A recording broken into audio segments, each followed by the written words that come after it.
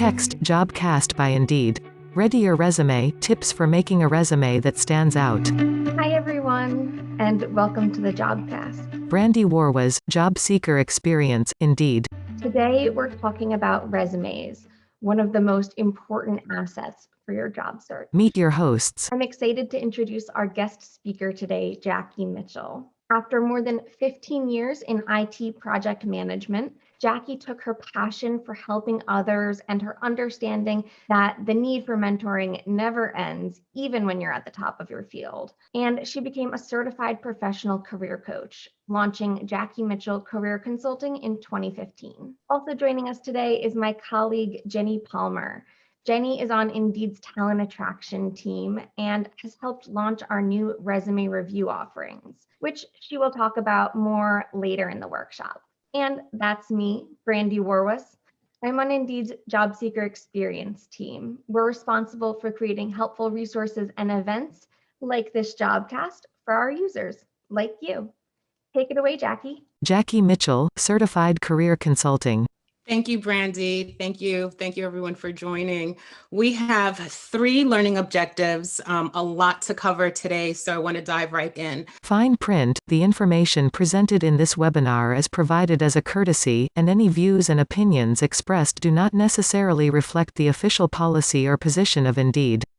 It does not represent a forecast, prediction, or other indication of future market or economic performance, and should not be relied upon for such purposes. Indeed is not a career or legal advisor and does not guarantee job interviews or offers. So the learning objectives that we're going to talk about are reframing the way you think about resumes, understand how employers review resumes, and discover tools and resources available. So let's dive right in and kick off with reframing the way you think about resumes. So this is a little different. This may be something that you guys have never heard of or may have, right? So thinking like a business owner. And I say that because when you're thinking of the objective of your resume, it's best to think like a business owner who's marketing their business or brand. Why? Because we're marketing ourselves. So if you think about the 3 pillars of marketing, typically is getting the customer to know you, like you, trust you, and eventually get them to more likely go with you to buy your product or service. So if you kind of put yourself in that mind frame when you're creating your resume, know, like, and trust, you have a better chance. So when I talk about knowing yourself or getting them to know you, who you are and why should they care? Like you, employers favors problem solvers, solution providers, and top performers. Trusting you, employers want to know that you consistently show up, solve problems, and have an impact. So here are 3 questions that your resume must answer, and they align directly with know, like, and trust, right? So when you're thinking about your resume, you want to think about these questions. Who are you? How can you help me solve my problems? And why should I trust you? 1. Who are you? Summary/headline. So number 1, who are you? Know you, having them get to know you. You want to summarize. And this is answered by your professional summary. What value do you bring to the table? What outcomes do you have? And how does your role impact the organization? Liking you. Number 2. 2. How can you help me or solve my problems? Work history, skills. People tend to like people who can help them, right? And so how can you solve my problems? How can you help me? This is answered by your professional experience, similar to what they're looking for or highlighting transferable skills. How can you solve this or how have you solved similar problems before? You want to demonstrate how you are a top performer, not with too much detail, but save the deep details for the interview. So you want to highlight that. And the third one is trust. 3. Why should I trust you? Experience, education, certifications. Why should I trust you? That's typically answered by your professional experience again, credentials, value, and your network. The first question your resume must answer, who are you? So starting with your summary, beginning your resume with a headline or resume statement, sometimes it's confused with a resume objective, is one way to clearly call out your most relevant qualifications. This short description should quickly advertise your skill set and professional goals to any reader. Resume summary versus resume objective. A summary is a short description of your qualifications that explain why you're a good fit for the role and can include your achievements, experience, education, and skills. An objective is a brief statement that communicates your career goals, such as the type of job or industry you want to work in or skills you want to build. A headline is the shortest version, a sum up of your achievements in one line. In a summary statement, you can get a little longer. 1 or 2 sentences is typically a good length. And I'll jump in there. Actually, when you build your resume with Indeed Resume, there are 2 fields at the top, one for a headline and one for a summary. Both are optional, and you can choose to leave them blank or use one or the other or both. Thanks, Brandy. So to get started, think back on your proudest career moments and accomplishments and what defines who you are in the workplace. It can be helpful to think about a resume summary as an answer to the question, how would you describe your experience in 1 sentence? For example, if you have 10 years of experience working as a registered nurse, you've likely developed a long list of accomplishments in your resume. Creating a summary that showcases the most relevant key points for a specific position and employer offers a solid picture of your qualifications immediately. Carefully read the job descriptions that you're considering. Do they require a specific certification or years of experience? Your headline is the place to let your employer know that you met those requirements. You may want to use a resume objective instead if you're looking to shift into a new industry. That should allow you to capture keywords that you may not be able to list in your skills or experience just yet. So number 2, the second question your resume must answer, how can you help me or solve my problems? Text. Use your work experience section to provide a brief history of your ability to help and make an impact. So you've solved problems before. Use your work experience. You definitely want to use your work experience. So get specific with challenges and demonstrate how you approach them and how you help solve them.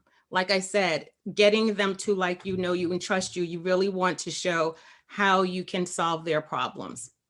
So what are some of the projects that you were responsible for or a key participant in? How did you contribute? What were the outcomes? Focus on your wins. What impacts did you have? Quantify this as much as possible. If you're transitioning careers, what are some of the transferable skills that you can demonstrate here?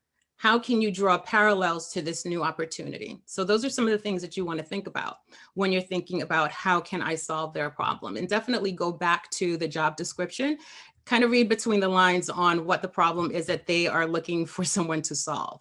So work experience. Call attention to important achievements. Use numbers to measure your impact. Use active language. Use keywords from job postings. So let's dive into that a little bit. So calling attention to important achievements. Instead of listing your job duties under the experience section, select your top 3 or 4 most important achievements in each role you've held. You don't want a laundry list. You want to really have the ones that have had an impact and are very relevant to the position that you're going for. Use numbers to measure your impact when possible. Including specific numerical achievements can help employers understand your direct potential value to their company. Again, people like numbers. They want to see numbers. They want to see metrics. So an example of that would be developed new processes for requesting supplies, reducing fulfillment time by 10%. You want to also use active language. How do you do that? You make a stronger impact by using action verbs to describe your professional achievements. Some examples include developed, saved, drove, and managed. Use keywords from job postings. To ensure that your resume aligns to what employers are looking for, be sure to check the job postings you're interested in for keywords to include in your resume. If possible, use those keywords in your job history bullets. For example, if the job description mentions the importance of meeting sales quotas, you can include information of how you've met or exceeded quotas in the past. It is possible that terminology has changed in the industry, so be sure to check the language. Be sure to check that your language is updated accordingly. So for example, you may have had experience in new marketing channels several years ago, but now we call that social media marketing. You want to make sure you're aligned with the terminology that's used in today's language. And a note here, if you've had over 10 years of experience, try to keep your experience listing only back 7 to 10 years. And to me, that's still pushing a little bit. I advise my clients to kind of go 5 to 7 years, depending on the role that you're going for and the level. Also, so conversely, if you have less than 5 to 7 years in experience, you can add a section of other experience. Only include that if it demonstrates transferable skills. Highlight the benefits of your work. So highlighting the benefits of your work. So here are 3 examples, and we're going to show how we can detail this out and use action verbs and get this to really have an impact. So if we said something like answered phone calls from customers, organized inventory, audited reports. Most job seekers will list these basic descriptions in their responsibilities, but phrases like these do not necessarily help you stand out to the hundreds of other job applicants. So take your resume to the next level and add the benefit, add the impact and the results of the work that you did. This will go a long way to show the recruiter or the hiring manager what kind of value you bring. Again, you want to include words that make an impact. Just listing these bullet points out and thinking that just because you have the keywords that's going to get you through, a lot of times it's not. You want to provide more information. So how do you do that? So the above phrases, these phrases that we have here, let's show you how it can you can have some impact with that. So answered phone calls from customers can turn into answered phone calls and provided excellent customer service to improve customer satisfaction. Organized inventory can turn into organized and reviewed inventory to ensure efficient ordering, accurate reporting, and lean spending. Audited reports to resolve discrepancies, improve accuracy, and increase compliance with regulatory requirements. See the difference, the before and after? If you notice that adding context and detail to these descriptions, it also gives you an opportunity to incorporate some of those keywords that we previously discussed. Include measurable impact if possible. So to take it another step further, you want to add measurable impact by quantifying those accomplishments to help employers understand the scope, complexity, and impact of your work. Let's get into several examples of that. So if we go back to answered calls from the customers and we added detail, answered phone calls and provided excellent customer service to improve customer satisfaction. Let's go another step further. Answered 100 calls per day and provided excellent customer service, helping increase satisfaction scores from 78% to 89%. Look at where we started to where we ended. Do you see the difference? Adding that measurable detail gives it definitely the impact that you want to have. The next one is organized inventory. So if we jump down to the metrics that we're adding in there, organized and reviewed inventory valued at $2 million to ensure efficient ordering, accurate reporting, reduced errors by 25%, and lean spending saved $20,000 annually. That will definitely catch the eye of hiring managers because they want to see what you can do. And the last one, but not least, this last example, audited reports. Adding flavor to that, audited reports to resolve discrepancies, improve accuracy by 18%, and increased compliance with regulatory requirements. Avoided $15,000 in penalties. Companies want to know that you can help save them money.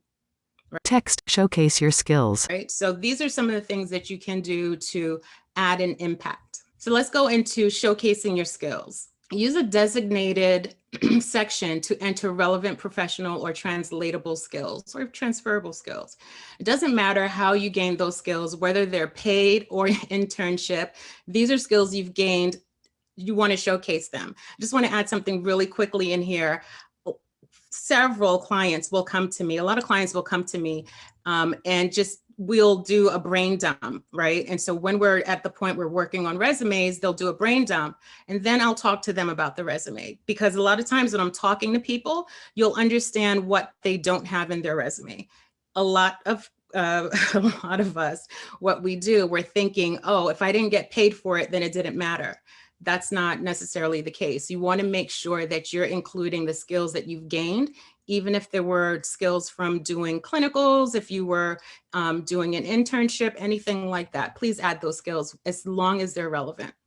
And so if you're applying for a job, where a specific skill is often taken for granted, don't list it. So for many jobs, an example of that is Microsoft Office.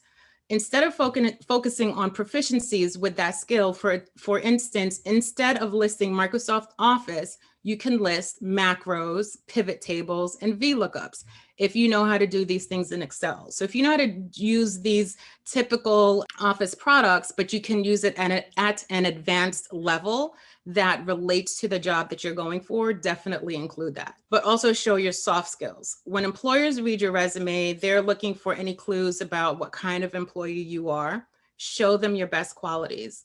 So for instance, show how organized you are. So if your information in your resume is categorized meaningfully and flows naturally, it speaks volumes about how you think, organize your priorities.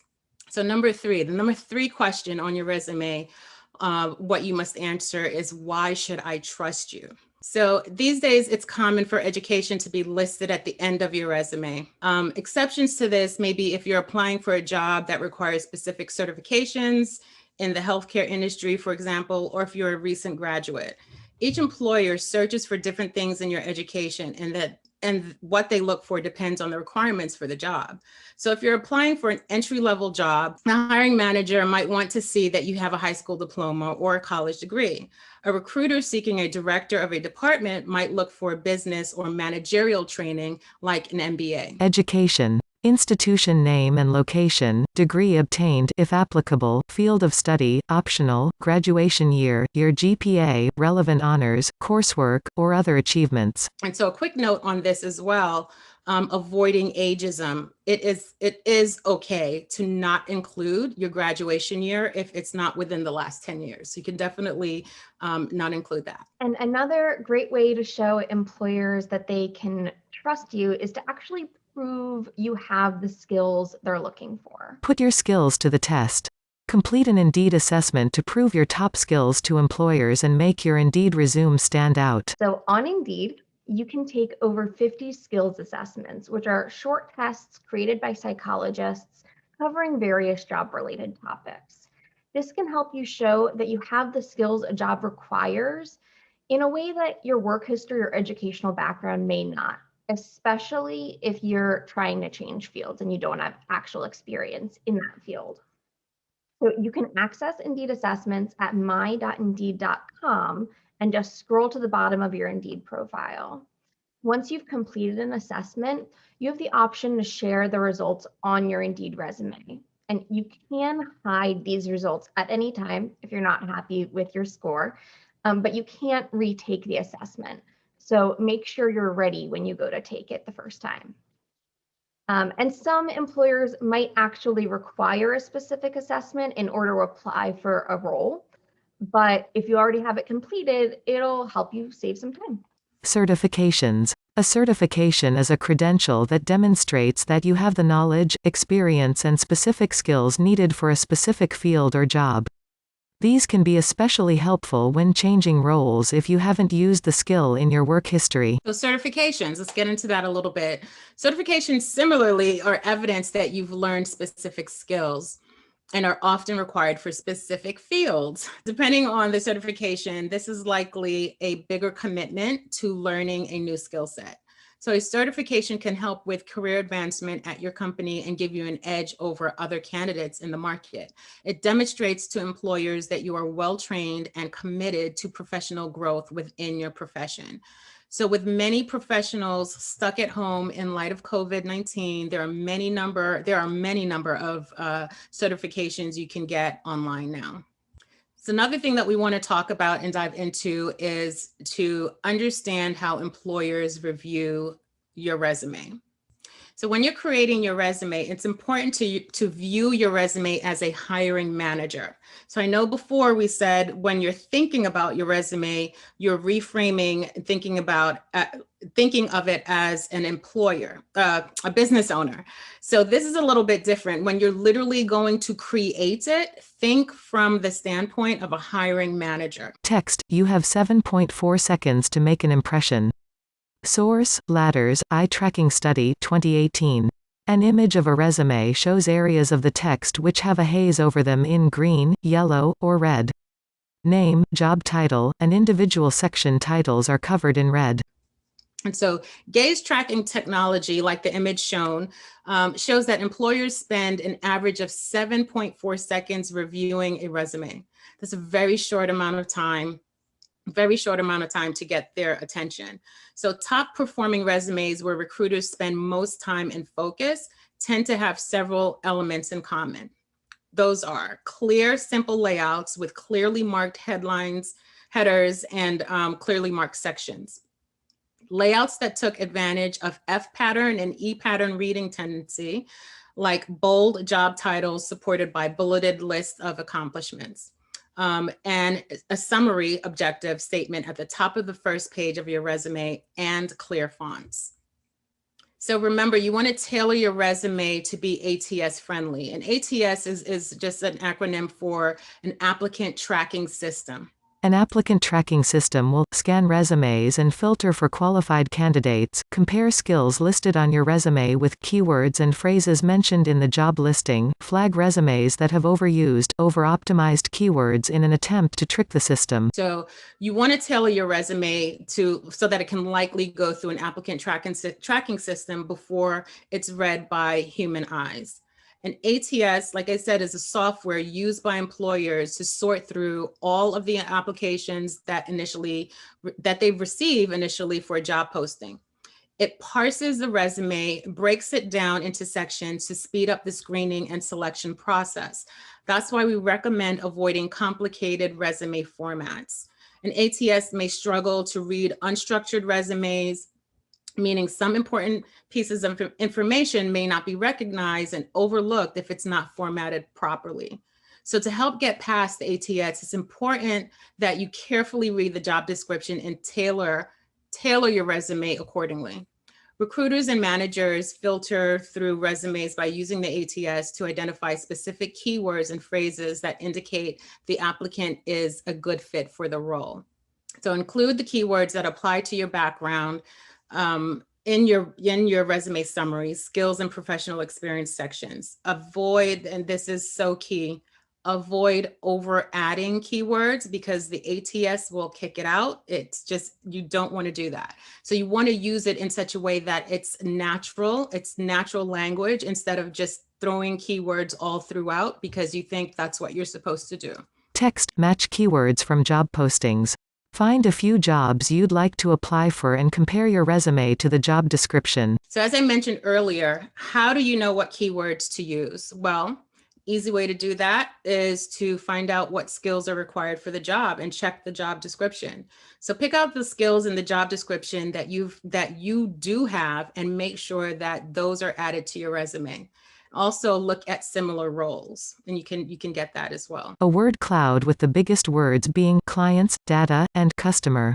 Another little hack or trick is to copy the text from a job description into a word cloud generator. You can find those online for free. These word cloud generators, you just literally copy and paste.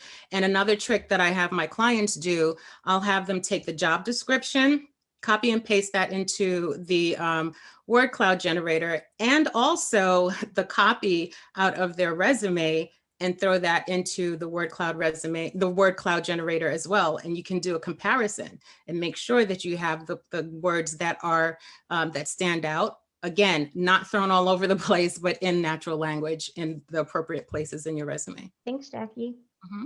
So once you have your resume content ready with all the keywords, put it on Indeed. Now, I'm not just saying that because I work for Indeed, because yes, you can certainly apply to jobs on Indeed without setting up your resume on your Indeed profile, but you miss out on the benefits of an Indeed resume that way. The data shows that job seekers with a resume on Indeed hear from employers 4 times more often. Source, Indeed Data, US. And there are good reasons for that.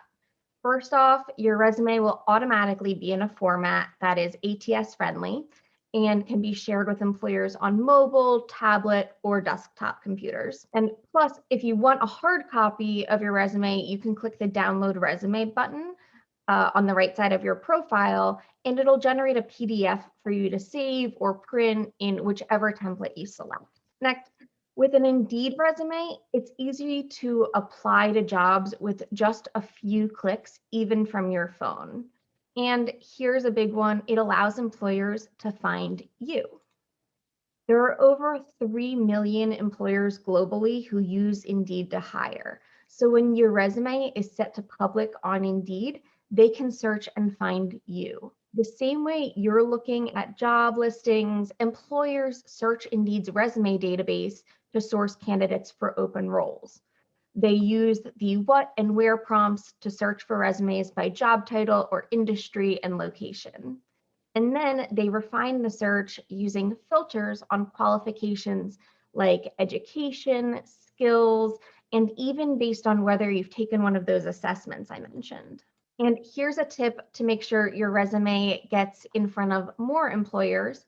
If you're looking for a new job, update your Indeed resume every week or so, even just a small tweak. Job seekers with Indeed resumes updated in the last week are 3 times more likely to be contacted than those that were not. That's because it'll get pushed to the top of employer search results and labeled recently updated. And it also shows employers that you're actively job searching. Text, you're up to 3 times more likely to get contacted by employers if you updated your Indeed resume in the last week. Source, Indeed Data, US. So now let's talk about some other resources you can use to take your resume to the next level. It may seem obvious, but one of the most important things about your resume is that it's clean and easy to read. Use a template or format carefully. Indeed.com/profile/resume-templates. While the specific resume formatting may vary by industry, these are some best practices. So first, keep it to 1 page, unless you're an executive or a senior leader. My father-in-law actually was doing some hiring a couple of weeks ago, and he showed me that someone sent him a 15-page resume, and that was for like a mid-level role. He didn't even read it. It just went straight into the trash bin because he said he doesn't want to work with someone who doesn't value his time. And that's what that was, is just wasting his time. Also, your margins should be a 1/2 inch minimum, 1 inch maximum, and you want to use one easy to read font throughout, size 10 to 12, apart from the section headers, which can be slightly larger. And typically you want to use a sans serif font such as Arial, Helvetica, or Calibri. And don't forget to bold your name and section headers. That helps with the F pattern and E pattern reading tendencies that Jackie mentioned before. So you're going across, down, across, down, across when you read. And of course, proofread. Nothing shows an employer you don't pay attention to details like having a typo in your resume. So one tip for that is to try reading it from the bottom up or reading each sentence backwards to catch more errors. And if you're unsure what a modern professional resume should look like, you can start by browsing the free templates on Indeed that have been created based on employer preferences. You can automatically select one of those templates when you download your Indeed resume as well. Another tip here, pay attention to file format and your file name. So when you save your application documents as PDFs, that'll preserve the information and formatting, but use your first and last name when saving the file. For example, first name underscore last name underscore resume.pdf. It seems like a small thing, but if employers are downloading resumes from multiple candidates, it'll make it easier for them to locate yours, and it never hurts to make the hiring manager's life a little easier. And again, you don't need to recreate the wheel. Check out the resume samples we have on Indeed Career Guide. The link is here. We've curated resumes for all sorts of roles based on the resumes that actually led to employers contacting those applicants. Indeed has resume examples for a variety of industries and job titles. They are based on the resumes most contacted for that specific job title. go.indeed.com/resume-samples. So I'll pass it over to Jenny. Jenny Palmer, Talent Attraction, Indeed. Thanks, Brandy. Hi, everyone. My name's Jenny. I'm part of the talent attraction team here at Indeed. So I have a lot of experience over many years reviewing resumes from the employer side. And I've had the pleasure this year of helping launch Indeed's resume review services. We know here that it can be really tough to write and update a resume and understand how the best practices that we've talked about today can apply to your own resume. So our resume review services offer 3 options to take your resume to the next level with expert help. So let's take a look at the options in more detail here. So the first option that we have is our instant resume report. Text, make impressive improvements to your resume today. Beyond best practices, you'll get a free comprehensive report with tips from the world's #1 job site to help you optimize your resume. resume-review.indeed.com/instant-scan. So this option offers a free scan of your resume and provides an instant report to highlight potential areas of improvement for your resume. All you'll need to do is upload your resume at the website shown in the slide and scan, and you'll receive your resume report.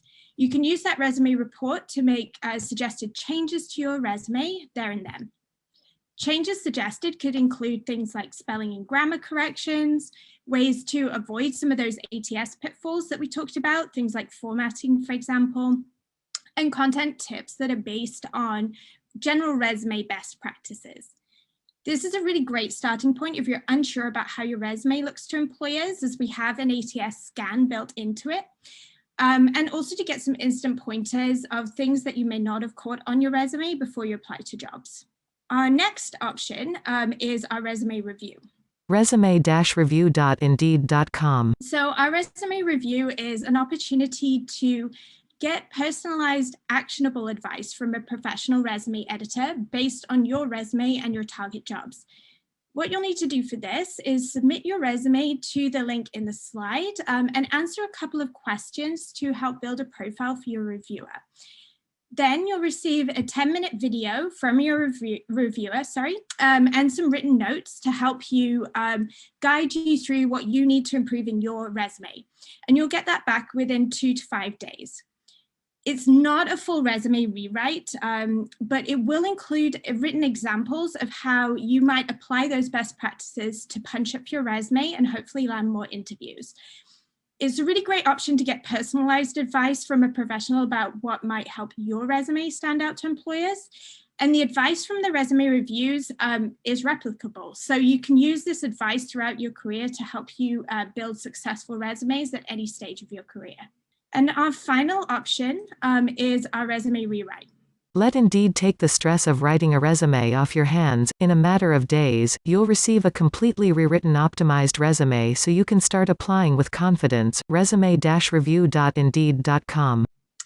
So, as it might sound, this is an option to have your resume fully rewritten by a professional resume writer. What you'll need to do is upload your resume at the link in the slide and answer some questions. Again, this will build a profile for your writer and help them build a resume that's tailored to you. Your writer will complete your ATS compatible resume within 4 to 6 days, and they'll also provide you with an explanation of their edits and suggestions for you. This is a really great option if you prefer someone else do the writing. We hear that a lot from job seekers. So it's also though a really great opportunity to get an explanation from that writer of why they've made those changes, so that can help you understand what will make your resume stand out to employers too. Text, you've got what it takes. We can help you get noticed. So just to recap, we have 3 options now available through Indeed to help you with your resume. Resume report, specific data-driven resume advice in a comprehensive report. The first option is our free resume report, which is an instant scan, which will give you a data-driven report of recommendations for your resume. Resume review, actionable advice from an editor with expertise in your field.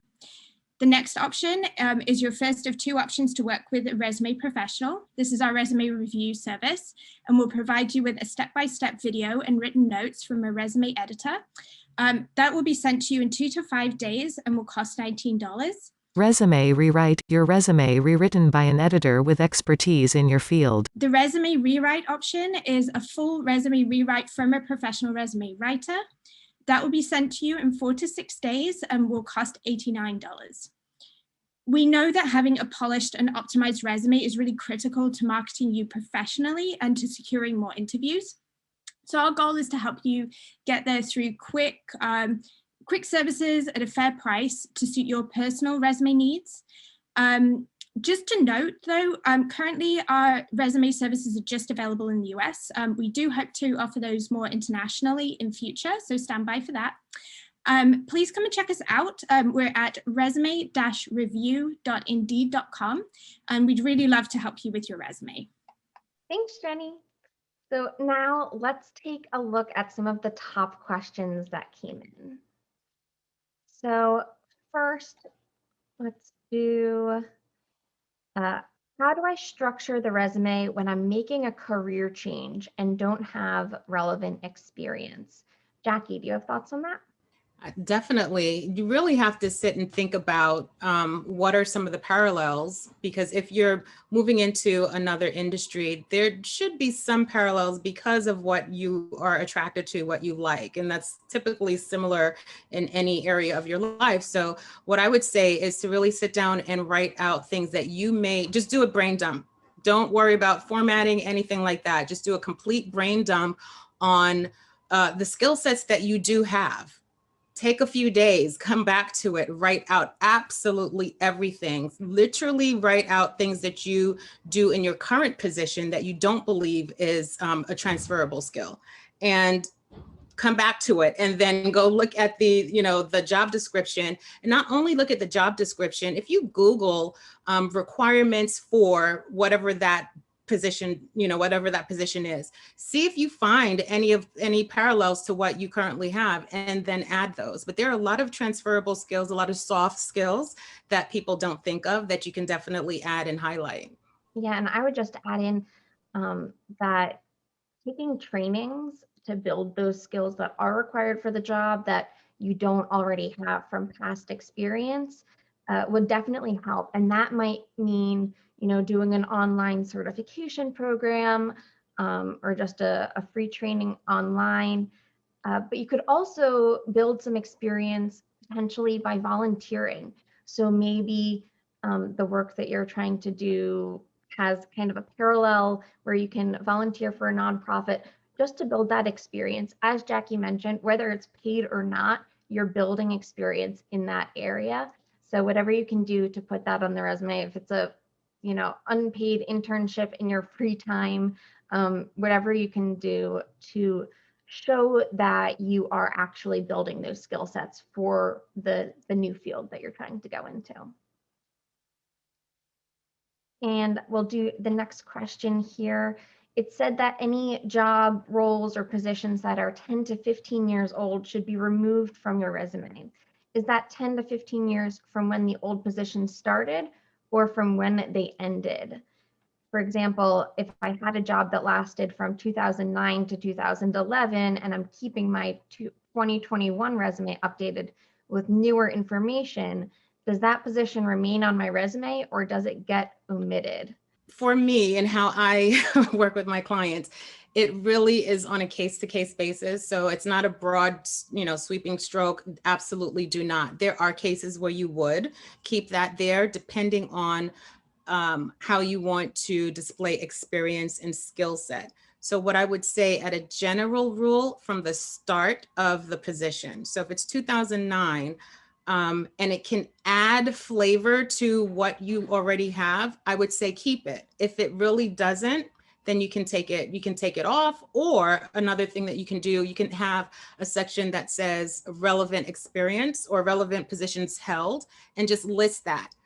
There's even pros and cons in doing that, but if it's a reputable company, a well-known company that you want them to know, hey, I worked with this person or this company, absolutely you can list it, but just don't list, all of the things that you did there. It could just be bullet points of that, the name of the company and the duration that you've worked there. So that's an alternative. Yeah, I would echo that. To me, it would really be a case of relevance to the particular target job.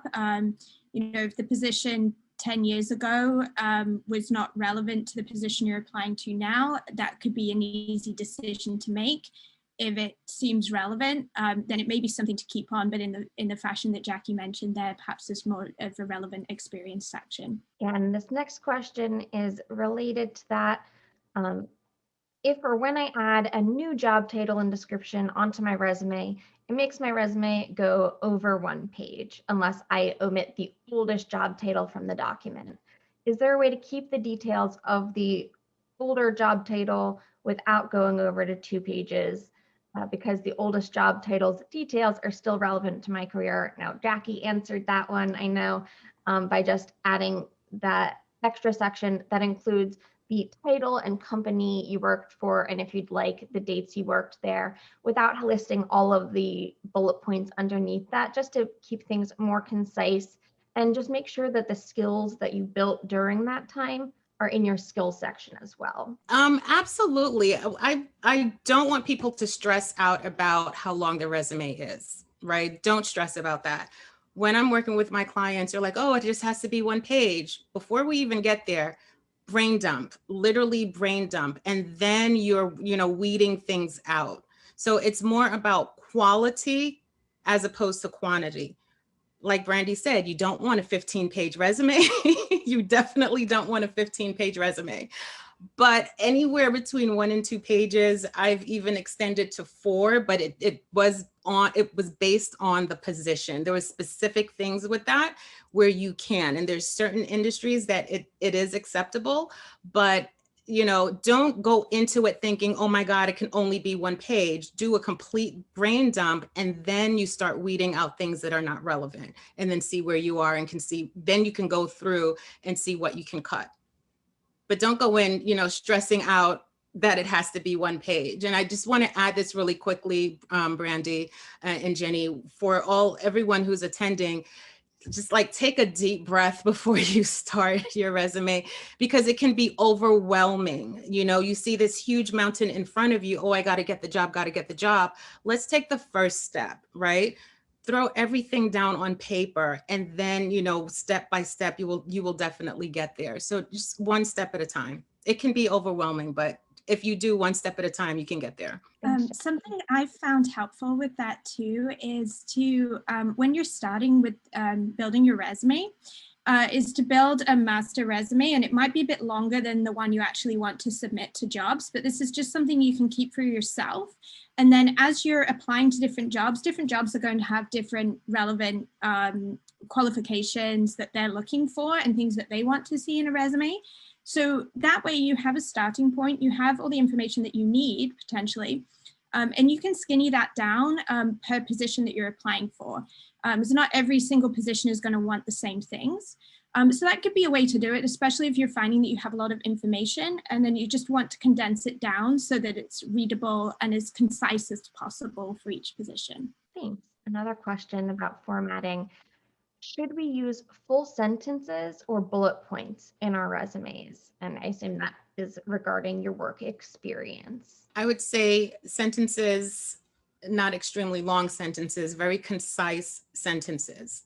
Bullet points really will not give a context. So as long as your sentence give context, absolutely use sentence. Yeah, and I'll caveat this.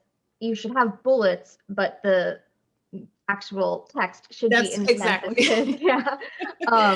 So yeah. Bullets help when you're reading. For those hiring managers reading through all of those resumes, it's going to be easier to read it.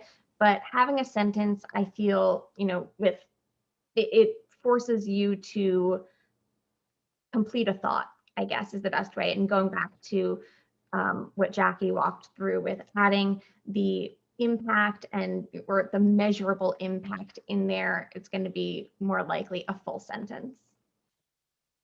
And another question here, should the skills go on the top of your resume or at the end of your resume? Now, this may just be a point of preference for most people. I would say it depends on whether or not those skills are more or less impactful than the work experience. So if you are changing fields and you gain skills through, online trainings or what have you, then maybe put that at the top. But if your work experience is going to be the core of what you want to communicate to the employer, then maybe put it at the bottom. Jenny, Jackie, you have thoughts on that? Yeah, it's really interesting because it really depends, again, it depends on the position, but a lot of companies these days are moving towards, I hope I don't get this word wrong, projectized work, right? And so a lot of times you're working on projects, regardless of your position. So what I would recommend, it would be a section under your summary or objective. I would definitely say have a section in there that it can list your skills and projects, relevant projects, and you can kind of combine that where it makes sense. But if these are things that you want to highlight because the job is specific for these key things, absolutely, you want to bring that up, not put that at the end of your resume. One thing I would mention, and this may be because I come from a tech recruitment background, but within the technology space, particularly if you have a technical role, you may want to consider having your skills section towards the top of your resume, particularly because you may be showcasing specific programming languages that you're most familiar with. And that's, as recruiters in that space, that's where we spend a lot of our time, is looking for specific technical skills. So that could be useful.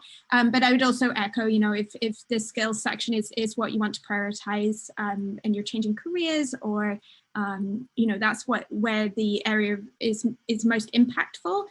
If you have it at the top of your resume, that's where the most important real estate of your resume is. So that's what's going to catch the recruiter's eye more quickly.